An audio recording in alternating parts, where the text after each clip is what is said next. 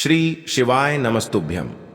हर हर महादेव। दोस्तों, आप सभी लोग जानते हैं कि 22 सितंबर 2024 सोमवार को पड़ रही है श्राद्ध पक्ष महीने की षष्ठी तिथि, जो बहुत ही खास है। और दोस्तों, ये वो षष्ठी तिथि है जो कि पितृपक्ष महीने में सोमवार को पड़ रही है, तो इस दिन का महत्व और भी अधिक बढ़ जाता है। और दोस्तों, इसी दिन किया जाने वाला पंडित जी द्वारा बताया गया एक लाल फूल और एक सफेद फूल वाला उपाय आप लोगों को जरूर करना चाहिए, क्योंकि दोस्तों, ये एक ऐसा उपाय है जो कि हर दिन नहीं किया जाता। पितृपक्ष महीने में जो षष्ठी तिथि आती है उसी दिन किया जाता है। अगर आप लोगों ने इस उपाय को नहीं किया है या किसी कारणवश नहीं कर पाए हो, तो इस सोमवार के दिन इस उपाय से मत चूकना। दोस्तों देखिए, ये दिन इतना खास होता है, इतना महत्वपूर्ण होता है। देखा गया है कभी कभी बड़े बड़े पूजा पाठ अनुष्ठान से जो मनोकामना पूर्ण नहीं होती है, वह सोमवार के दिन एक छोटे से उपाय करने से ही आपकी मनोकामना पूर्ण हो जाती है। और बहुत सारे लोगों ने इस उपाय को किया भी है और उनको इस उपाय को करने का फल भी जरूर मिला है। अगर आप लोग भी इस उपाय को इस सोमवार षष्ठी के दिन करना चाहते हैं, तो आप इस उपाय को पहले अच्छे से समझ लेना, सुन लेना, उसके बाद करना। आपको इस उपाय का फल जरूर मिलेगा, आपकी सभी मनोकामनाएं पूरी हो जाएंगी। दोस्तों, हम आपको यहाँ पर बता दें कि यह जो एक लाल फूल और एक सफेद फूल वाला उपाय है, ये उपाय पंडित जी ने अपनी अभी की शिव महापुराण की कथा में ही बताया है। और इस उपाय को करने से आपके घर में चाहे किसी भी प्रकार की दुख और समस्या क्यों ना चल रही हो, आपको उसका कारण भी नहीं पता है कि भाई ये समस्या किस कारण से चल रही है, उसका कुछ भी कारण हो सकता है। जैसे पितृदोष हो सकता है, काल सर्प दोष हो सकता है, या किसी भी तरह का मंगल दोष भी हो सकता है, और भी बहुत तरह के दोष होते हैं, कुछ भी हो सकता है। पर आपको इस उपाय को करने के लिए अपने दोष को पता लगाने की भी जरूरत नहीं है। आपके घर में किस कारण से इतनी दुख और परेशानी आ रही है, वह भी आपको पता लगाने की जरूरत नहीं है। बस सोमवार की षष्ठी के दिन इस उपाय को कर लेना, क्योंकि इसी एकमात्र उपाय को करने से आपके पूरे घर परिवार में सुख और शांति हो जाएगी। आपके घर में अच्छे अच्छे काम होने लगेंगे। आपकी जो भी मनोकामना होगी वह भी धीरे धीरे करके पूर्ण होना शुरू हो जाएंगी। अब हम समझते हैं इस एक लाल फूल और एक सफेद फूल वाले उपाय को आपको करना कैसे है, किसको करना है, किस समय करना है और कैसे करना है। देखो, उपाय बिल्कुल आसान है, बस समझने वाली बात है। ध्यान से समझिए, उसके बाद ही आप लोग जो है इस उपाय को जरूर कीजिएगा।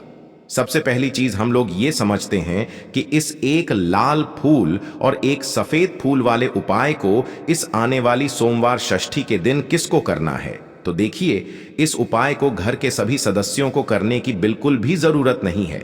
घर में से कोई एक मुख्य बड़ा सदस्य ही इस उपाय को करेगा, तो उस घर परिवार के सभी सदस्यों को इस उपाय को करने का फल मिल जाएगा।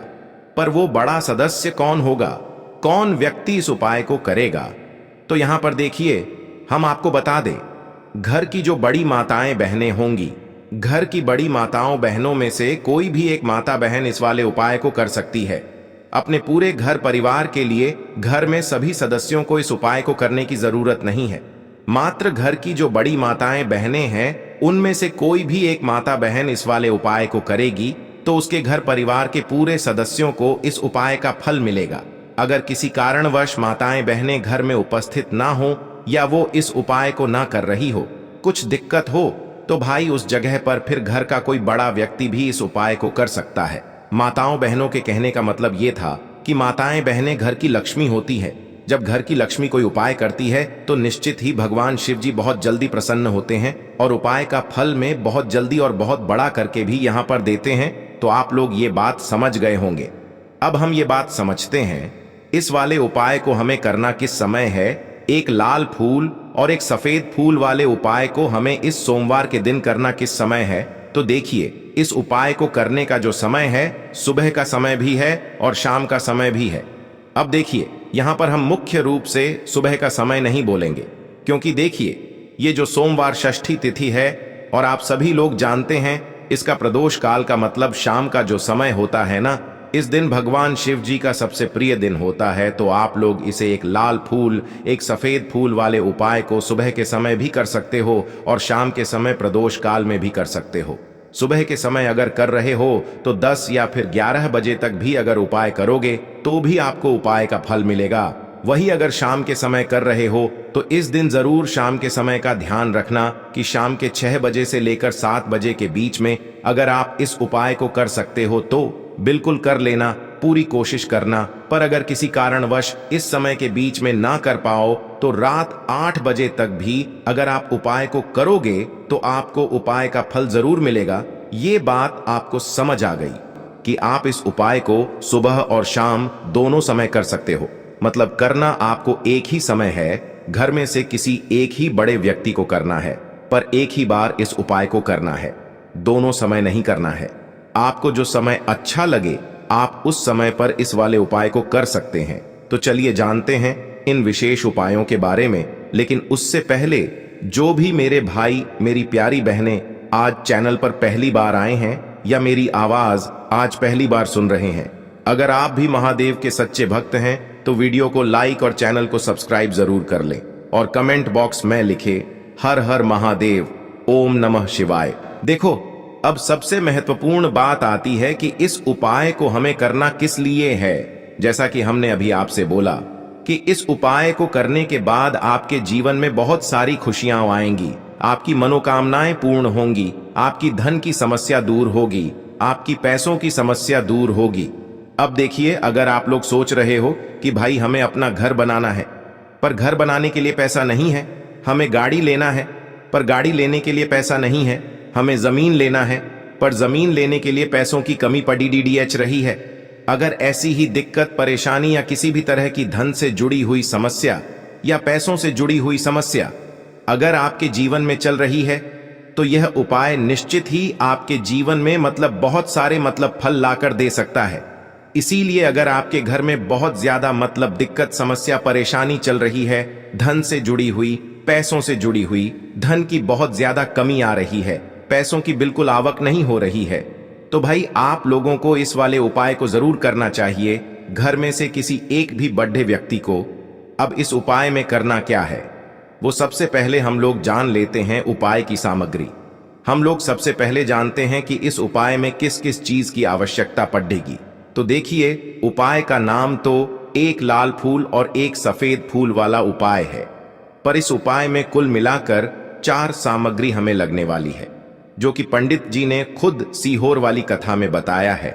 और जो हम आपको उपाय बताते हैं वो पंडित जी द्वारा बताए गए होते हैं, अलग से हम कुछ भी नहीं बताते हैं। तो यहां पर हम लोग समझते हैं कि इस उपाय की सामग्री क्या है। तो देखो, उपाय की जो सामग्री है वो 4 सामग्री है, जिसमें से सबसे पहली सामग्री है एक बेलपत्र। देखो, बेलपत्र क्या होती है? बेलपत्र जो शिव की शिवलिंग पर चढ़ती है। दूसरी चीज है एक शमी पत्र, शमी पत्र, वो जो शिवलिंग पर ही चढ़ता है। तीसरी चीज है दोस्तों एक लाल फूल, जो उपाय का नाम है।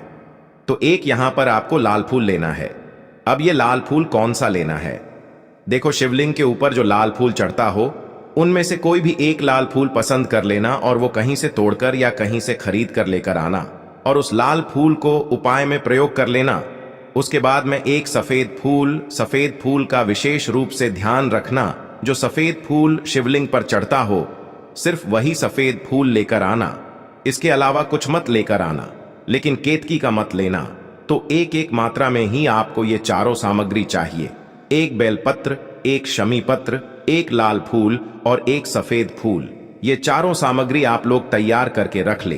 प्रदोष काल में या सुबह के समय जब भी आप इस उपाय को कर रहे हैं, जैसे ही आपके उपाय की सामग्री तैयार हो जाती है तो क्या हम सीधा उपाय को करने के लिए इन चारों सामग्री को लेकर उपाय करने के लिए जा सकते हैं? नहीं, तो यहां पर आपको इस बात का ध्यान रखना है कि हम भगवान शिव जी को प्रसन्न करने के लिए तो जा रहे हैं, हम अपनी मनोकामना को पूर्ण करवाने के लिए तो जा रहे हैं, पर हमें यह दर्शाना बिल्कुल भी नहीं है कि हम सिर्फ अपने फायदे के लिए भगवान शिव जी के मंदिर में आए हैं। इसलिए हम इस उपाय को करने के साथ में भगवान शिव जी की पूजन अर्चना के लिए कुछ सामग्री भी जरूर लेकर जाएंगे। जैसे कि सुबह के समय अगर आप उपाय को कर रहे हो इस एक लाल फूल और एक सफेद फूल वाले उपाय को, तो भाई सुबह के समय आपको 1 लोटा जल लेकर जाना है। जो लोग प्रतिदिन शिव जी के मंदिर जाते हैं, पूजन अर्चना करते हैं, जल चढ़ाते हैं, फूल बेलपत्र सब कुछ चढ़ाते हैं, भाई वो अपनी पूजन अर्चना वैसी की वैसी ही करना। बाकी जो सिर्फ उपाय को करने के लिए जा रहा है, जो कुछ भी लेकर नहीं जा रहा है, उसे कम से कम 1 लोटा जल अपने घर से जरूर भर कर लेकर जाना। अगर आप उपाय को कर रहे हो, है ना, क्योंकि इस वाले उपाय को आप भगवान शिव जी की पूजन अर्चना करने के बाद ही करना।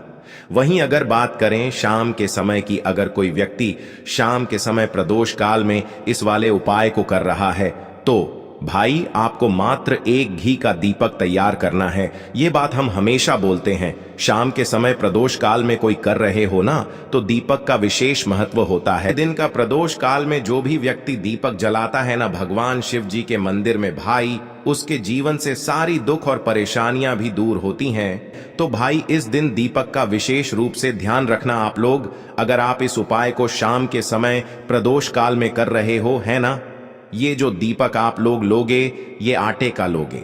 जो आटा आप गूंद दोगे उसके अंदर कुछ भी मत डालना, मात्र सादा आटा लगाकर उसे तैयार कर लेना और 1 मीडियम साइज का दीपक तैयार कर लेना।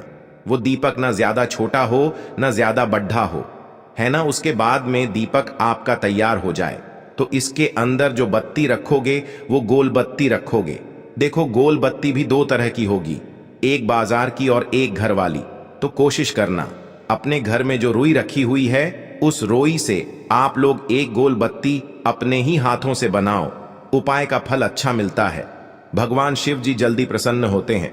जब हम किसी भी उपाय को अपने हाथों से परिश्रम करके तैयार करते हैं, तो आपको उस दीपक के अंदर एक गोल बत्ती रख देनी है। इसके अंदर जो चीज आप लोग डालोगे वो डालोगे। शुद्ध देसी गाय का घी। इस बात का विशेष रूप से ध्यान रखना, क्योंकि भगवान शिव जी का सबसे प्रिय दिन और प्रिय समय पर हम लोग इस वाले उपाय को कर रहे हैं। तो थोड़ा सा शुद्ध देसी गाय का घी इतना डालना कि वो दीपक कुछ समय तक चल सके ना। बाजार वाला मिलावटी घी डालना, न भैंस का घी डालना। शुद्ध देसी गाय का घी आपको ढूंढने में थोड़ी मतलब मेहनत लगेगी और महंगा भी मिलेगा, पर गाय के घी से भगवान शिव जी प्रसन्न होते हैं और उसी शुद्ध देशी गाय की घी से घर में बरकत भी बनी रहती है और हमारे घर में सुख शांति भी बनी रहती है। इसलिए इस शुद्ध देशी गाय का घी को अपने घर में हमेशा रखा करो।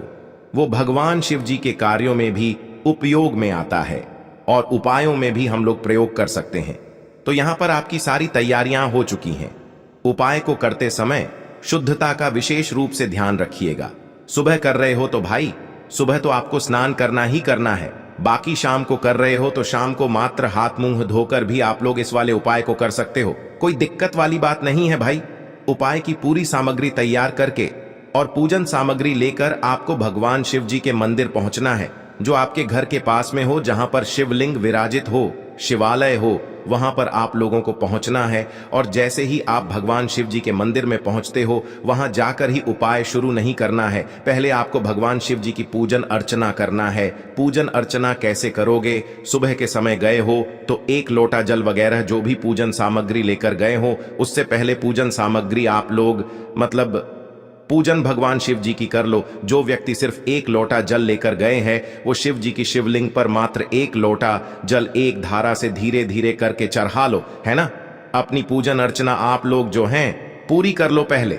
उसी के बाद अगर आप शाम के समय कर रहे हो तो पहले जाकर बैठना है भगवान शिव जी के शिवलिंग के पास में। आप जो दीपक तैयार करके लेकर आए हो, उस दीपक को पहले जलाना है। ये जो दीपक आप लोग जलाओगे ना, ये किसी और की माचिस से मत जलाना, अपनी ही माचिस अपने ही घर से लेकर आना और इस दीपक को अपने ही माचिस से जलाना। अगर आपने मंदिर की माचिस या किसी और की माचिस ले ली इस उपाय को करने में, इस उपाय का फल उस व्यक्ति को भी थोड़ा बहुत मिल जाएगा।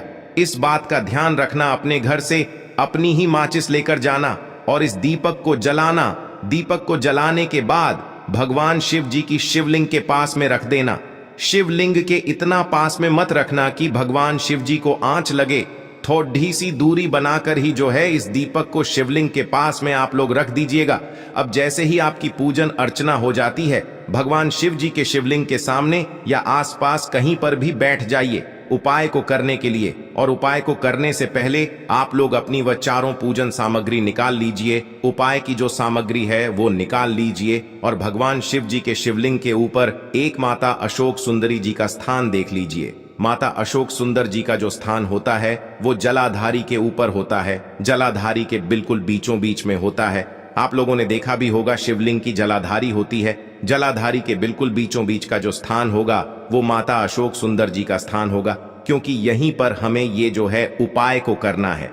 सबसे पहली चीज, अब हम उपाय को करना शुरू करते हैं। आप सबसे पहले अपनी एक बेलपत्र उठा लो। एक बेलपत्र को आपको माता अशोक सुंदरी जी वाले स्थान पर सबसे पहले समर्पित करना है। बेलपत्र की डंडी का मुख होगा जलाधारी की तरफ, जहां से जल बहता है और नीचे गिरता है, और बीच वाली बड्डी पत्ती का मुख मतलब शिवलिंग की तरफ होगा। इस तरीके से आपको इस बेलपत्र को माता अशोक सुंदरी जी वाले स्थान पर समर्पित कर देना है। उसके बाद में अपनी एक शमी पत्र उठा लो जो आप उपाय के लिए लेकर आए हुए हो। शमी पत्र को उठाकर शमी पत्र की भी जो डंडी का भाग होगा वो जलाधारी की तरफ करके, जहां से जल बहता है नीचे गिरता है उस तरफ करके, और पत्ती वाला भाग शिवलिंग की तरफ करके इस शमी पत्र को भी उस बेल पत्र के ऊपर आपको समर्पित कर देना है। समर्पित करने के बाद अब आप ले लो अपना एक लाल फूल जो आप उपाय को करने के लिए लेकर आए हुए हो। इस लाल फूल का जो खिला हुआ भाग होगा, चाहे वो गुलाब का फूल हो, चाहे कोई सा फूल जो शिवलिंग पर चढ़ता हो, भाई उस फूल का जो खिला हुआ भाग होगा वो शिवलिंग की तरफ होगा। बाकी जो पीछे का भाग होगा फूल का वो जलाधारी की तरफ, जहां से जल बहता है नीचे गिरता है उस तरफ होगा। और आखिरी में आपका जो एक सफेद फूल बचा हुआ है, इस सफेद फूल को भी आपको लेना है, और सफेद फूल का जो खिला हुआ भाग होगा वो शिवलिंग की तरफ होगा, जहां पर शिवलिंग रखा हुआ है उस तरफ होगा, और डंडी का भाग जलाधारी के पीछे की तरफ हो जाएगा। मतलब जो जहां से जल बहता है और नीचे गिरता है। जब आप लोग एक बेलपत्र, एक शमी पत्र और एक लाल फूल, एक सफेद फूल चढ़ा रहे हो, तो उस समय आप लोगों को कांता भगवान या कांता चक्र का नाम लेते हुए ही जो है इस उपाय को करना है, और भगवान शिव जी और नारायण जी का स्मरण करते हुए ही इस उपाय को आपको करना है।